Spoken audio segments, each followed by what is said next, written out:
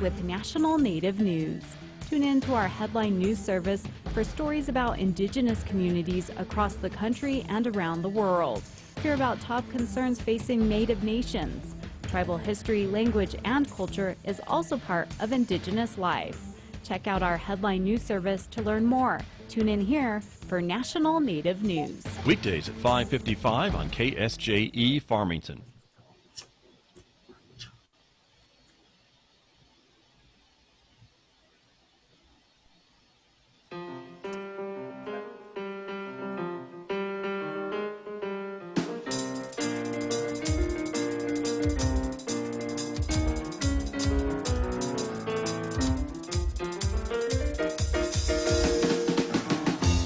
Eleven minutes past 8 o'clock. It is Thursday morning, the 5th day of December, 2024.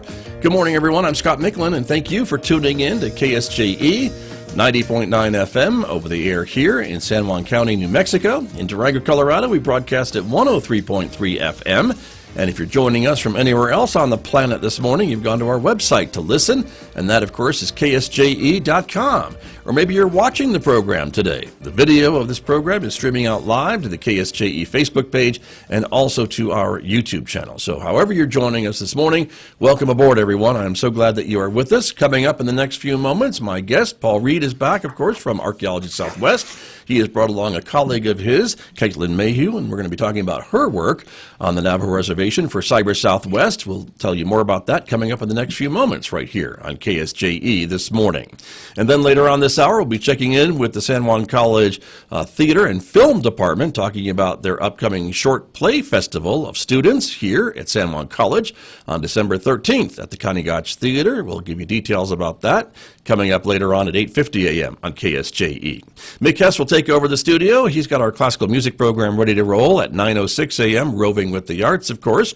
And we remind you that KSJE is on the road this week with a lot of on-the-road events. Last night, we were down at the Mayor's Story Reading and Tree Lighting Ceremony. You can watch that right now at our KSJE Facebook page and soon on our YouTube channel. And later on tonight, we're back on the road to present you the Farmington Christmas Parade beginning at 5:30 tonight. So join us downtown if you can, or you can watch it live on our KSJE Facebook page and later on our YouTube channel and enjoy the sights and sounds of the holiday season later on this evening. Outside our studios here at San Juan College, it's a sunny Thursday morning, 30 degrees at the moment.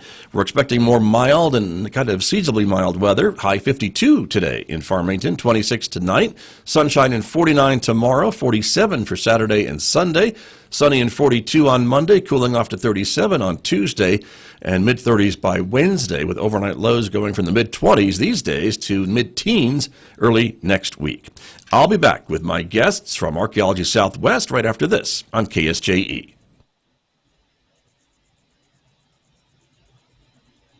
KSJE is supported by San Juan Regional Medical Center, whose vision is to deliver world-class care, making life better for the communities they are privileged to serve.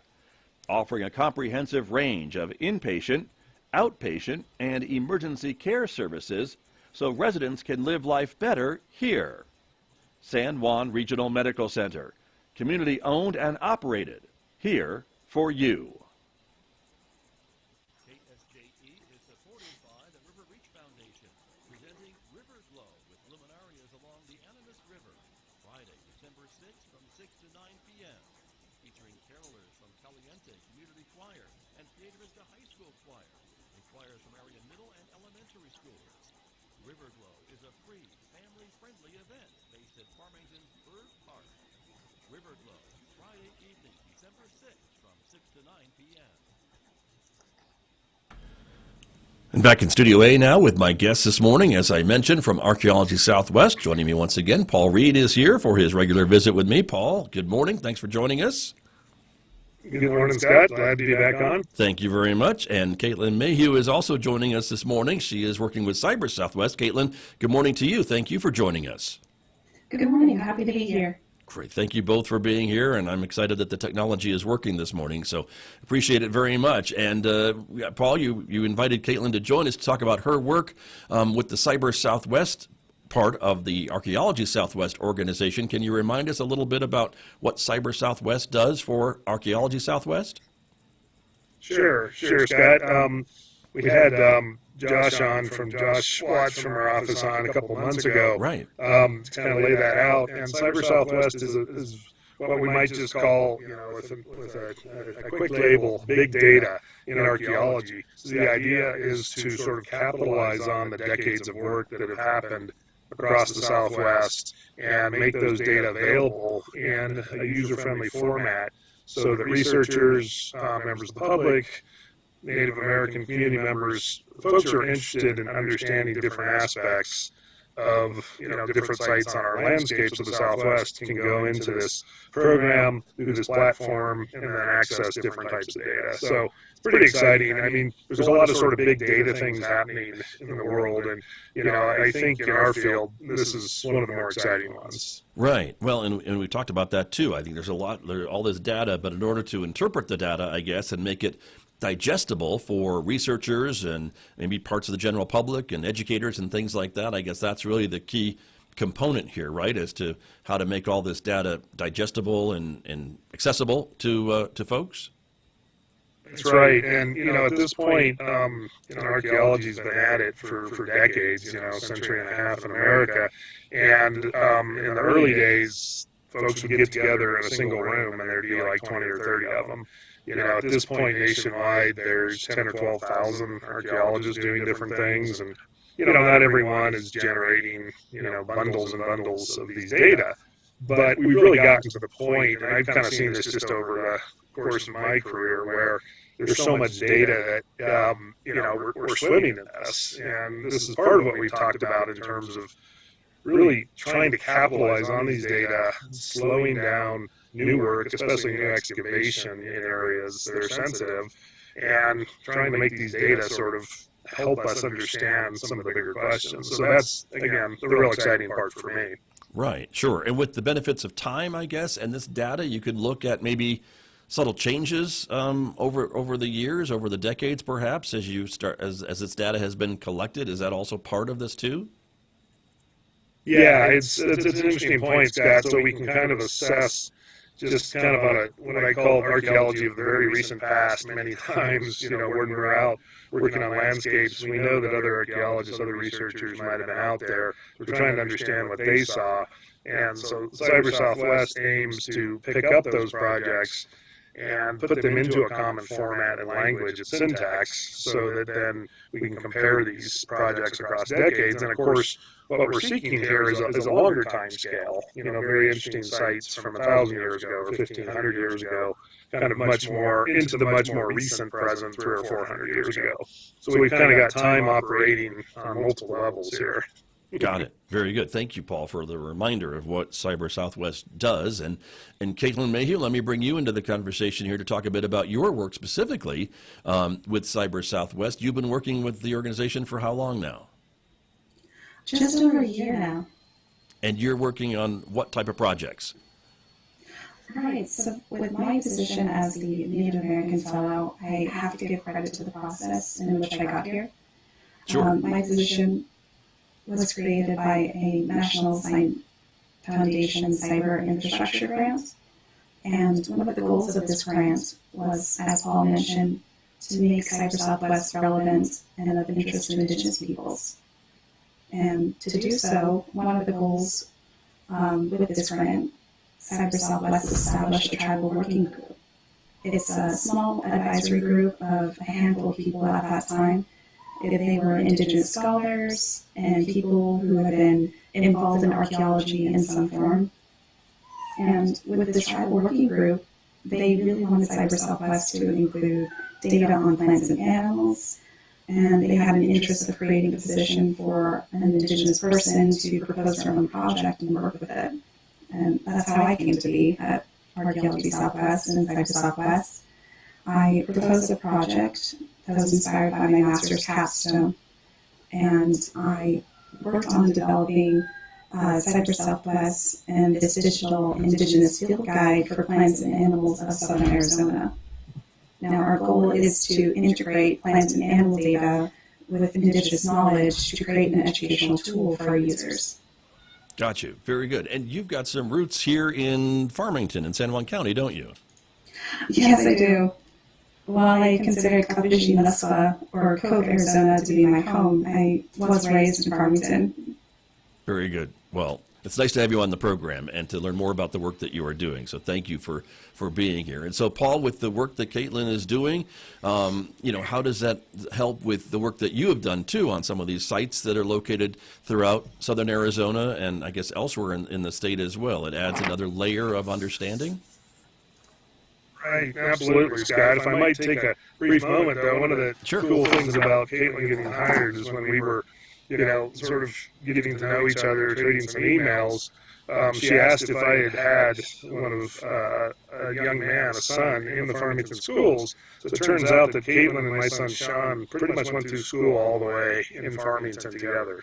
So that's kind of a wonderful coincidence. Right. The other thing is Caitlyn and I and another colleague, Ben Peltia, just finished a blog on a visit we made out to Cove to Caitlyn's ancestral home. And so we went and visited places with Caitlyn's mom, Rose, and had really just a great day looking at places. I had worked on an archaeological project in the area 30 years ago. So anyway, it was just kind of nice to have these different connections kind of flowing around in the world.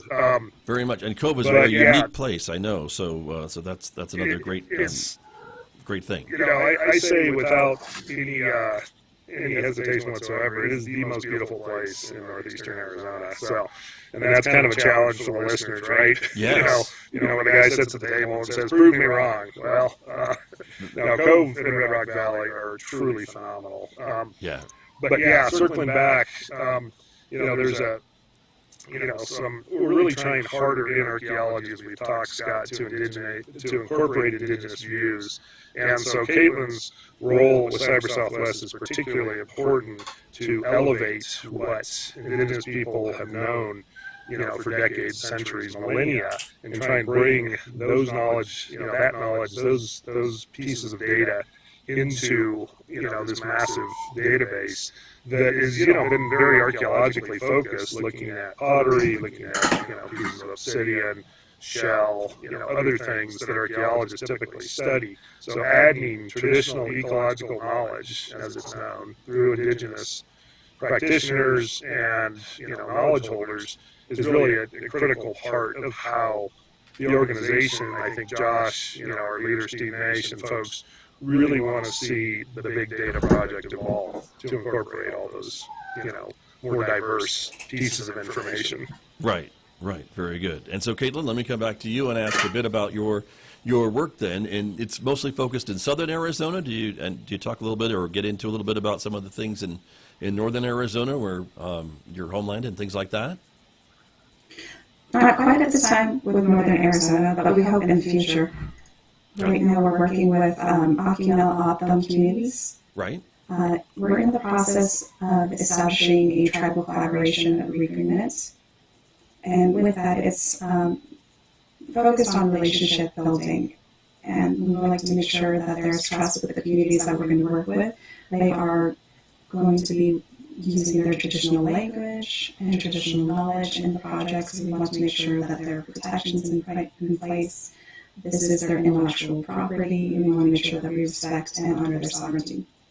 Very good. And that's one of the things, actually many of the things that Paul and I have been talking about too, is making sure that there's that trust and bringing in the Native American and indigenous perspective in some of the work that archaeologists do around the Southwest and around the country, around the world, actually. And so this seems to be really an important new kind of newer phase of archaeology that you are working with these indigenous tribal peoples and governments and things like that?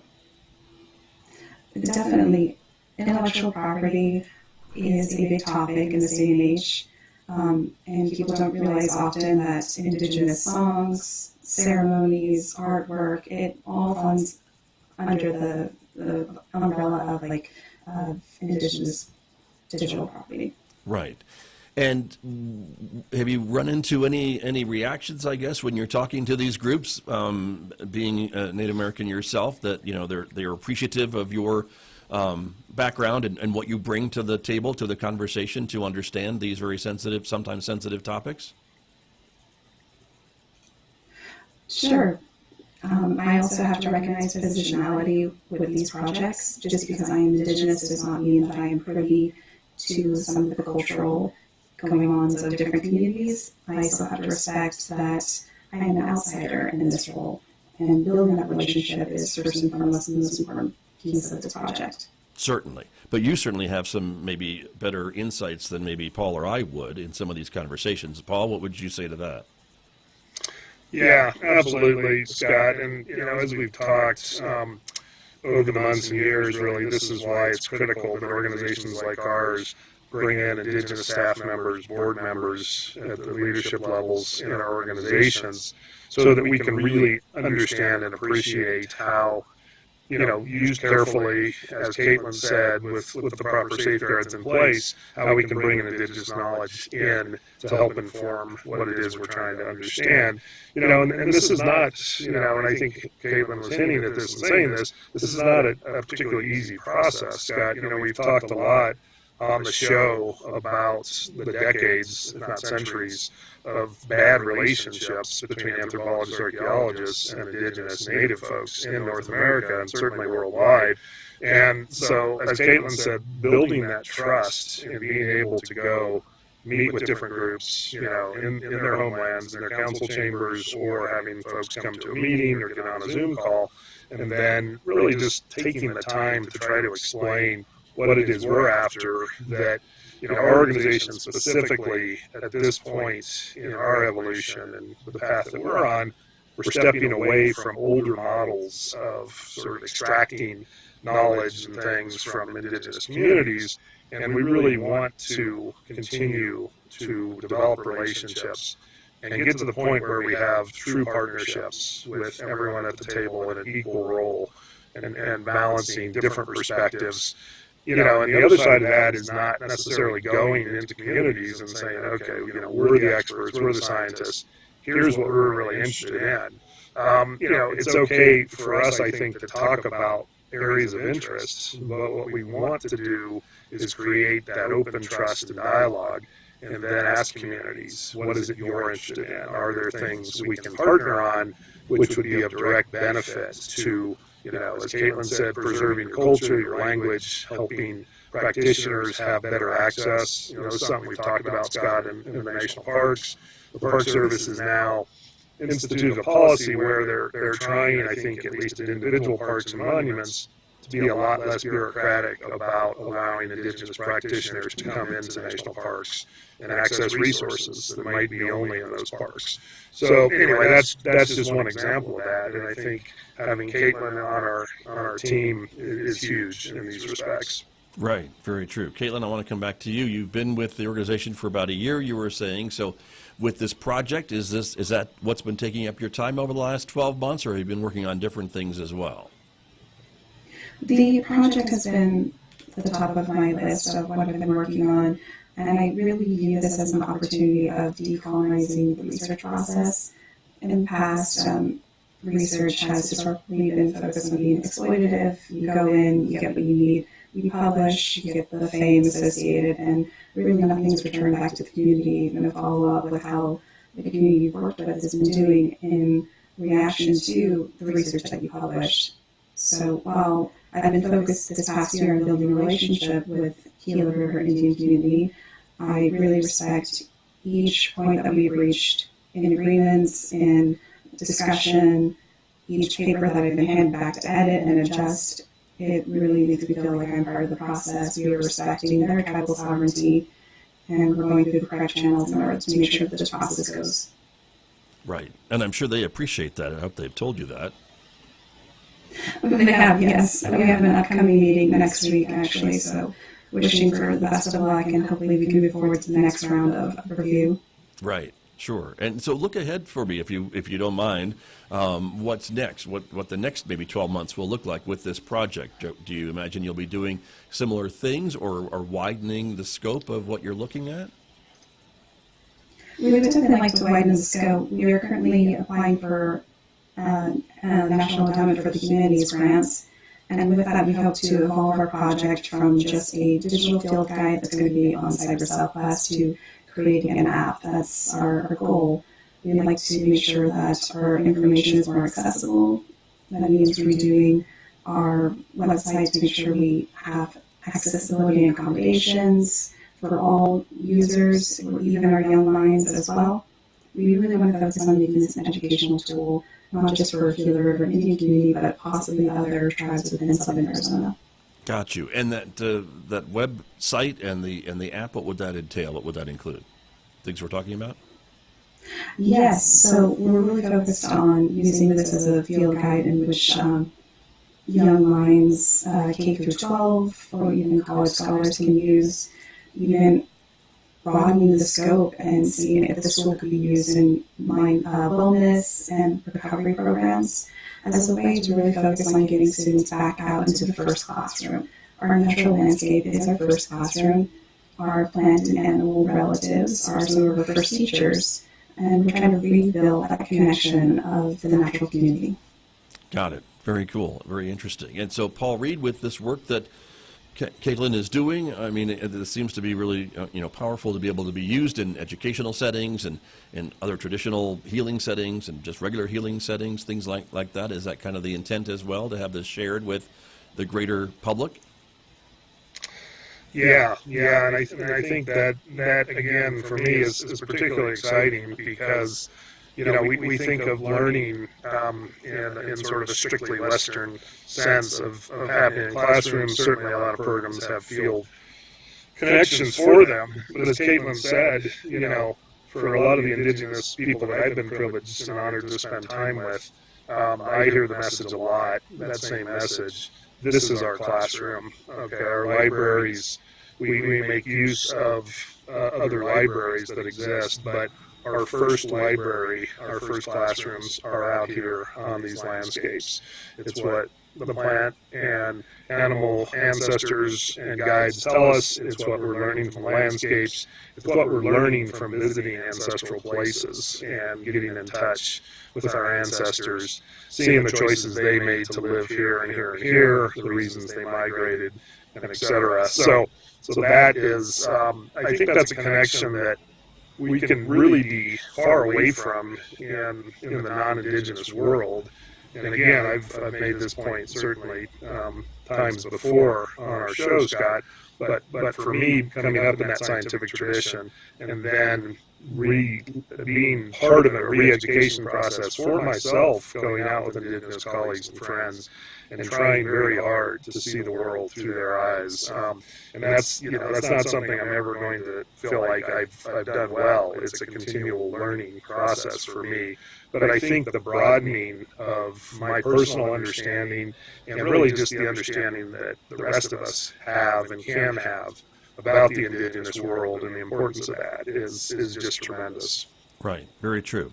And Paul, maybe you can speak a little bit, and Caitlyn, I'll ask you too about maybe the issue of development and things like that. I mean, southern Arizona, it's certainly more heavily populated than northern Arizona, I would say. And so, is there always some conversations about development, encroachment onto some of these areas? I know on the reservations and the tribal lands, they're protected, and certainly there's that. But is that sometimes part of the conversation as well? Paul, will you start? Yeah, for sure. I will just say a couple of things because I'm really very interested, like you, in Caitlyn's perspective. Tribal communities have protections, but there are also development projects that are proposed through tribal communities, and they have to consider those carefully, whether they're large power lines. We talked a little about SunZia, Scott, and we'll circle back in the new year and revisit that again. But the issues are pretty much present on most of our landscapes, public lands, tribal lands, and they're not going to go away. So this is something that we're always thinking about as we connect and listen to Indigenous communities, both for how to manage their own lands and how to really bring good knowledge as we manage public lands and landscapes. Very good. Thank you, Paul, very much. Caitlyn, can you chime in on that as well? What do you find when you're talking about this topic with the folks you're working with? I will echo what Paul mentioned about power lines. In southern Arizona, we see the interstates being extended, more lanes are being encroaching upon tribal nations. They might seem like small projects to Department of Transportation, but towards indigenous nations, it's less and less of their land that they have access to. And what we're seeing is tribal nations are these pockets of biodiversity. They've been undeveloped for the most part, and really species gravitate toward these areas so they get some semblance of normalcy, having habitats, food sources readily available. But then they face dangers with like wildlife corridors not being accessible, crossing interstates, going into developed areas, and not being able to find resources that they need. So from perspective of the wildlife, ensuring tribal nations have access to their traditional territories as much as the reservation is a priority. Got it. Thank you. And is there an issue, too, with the tribal governments and tribal entities themselves about wanting to maybe develop some of their land for housing or whatever, and seeing and managing that growth, but also not encroaching on some of these other spaces that are maybe archaeologically significant or other issues as well? I believe there is, but that's not an area that I deal with mostly. Got it. Yeah. That's another person or another study, perhaps. Very good. Well, Caitlyn, I really appreciate you joining us this morning and talking about the work that you're doing in Arizona with cyberSW and Archaeology Southwest. It's fascinating, and again, I'm a data nerd myself, so it's always interesting to kind of see how some of this stuff is being digested and shared with the general public and other folks for more study and things along that line. So best of luck in your continued research and work. Thank you so much. It was an honor to be here. Thank you. Thanks very much. Paul Reed, thank you for bringing Caitlyn to the show today and talking about her work and the ongoing work of cyberSW with Archaeology Southwest. I appreciate it. Yeah, my pleasure as always, Scott. I'm excited to see how the next year unfolds for Caitlyn and the cyberSW program. Yeah, very, very good. Well, again, thank you both very much, and appreciate you both being here. Happy holidays to you, and Paul, we'll talk to you again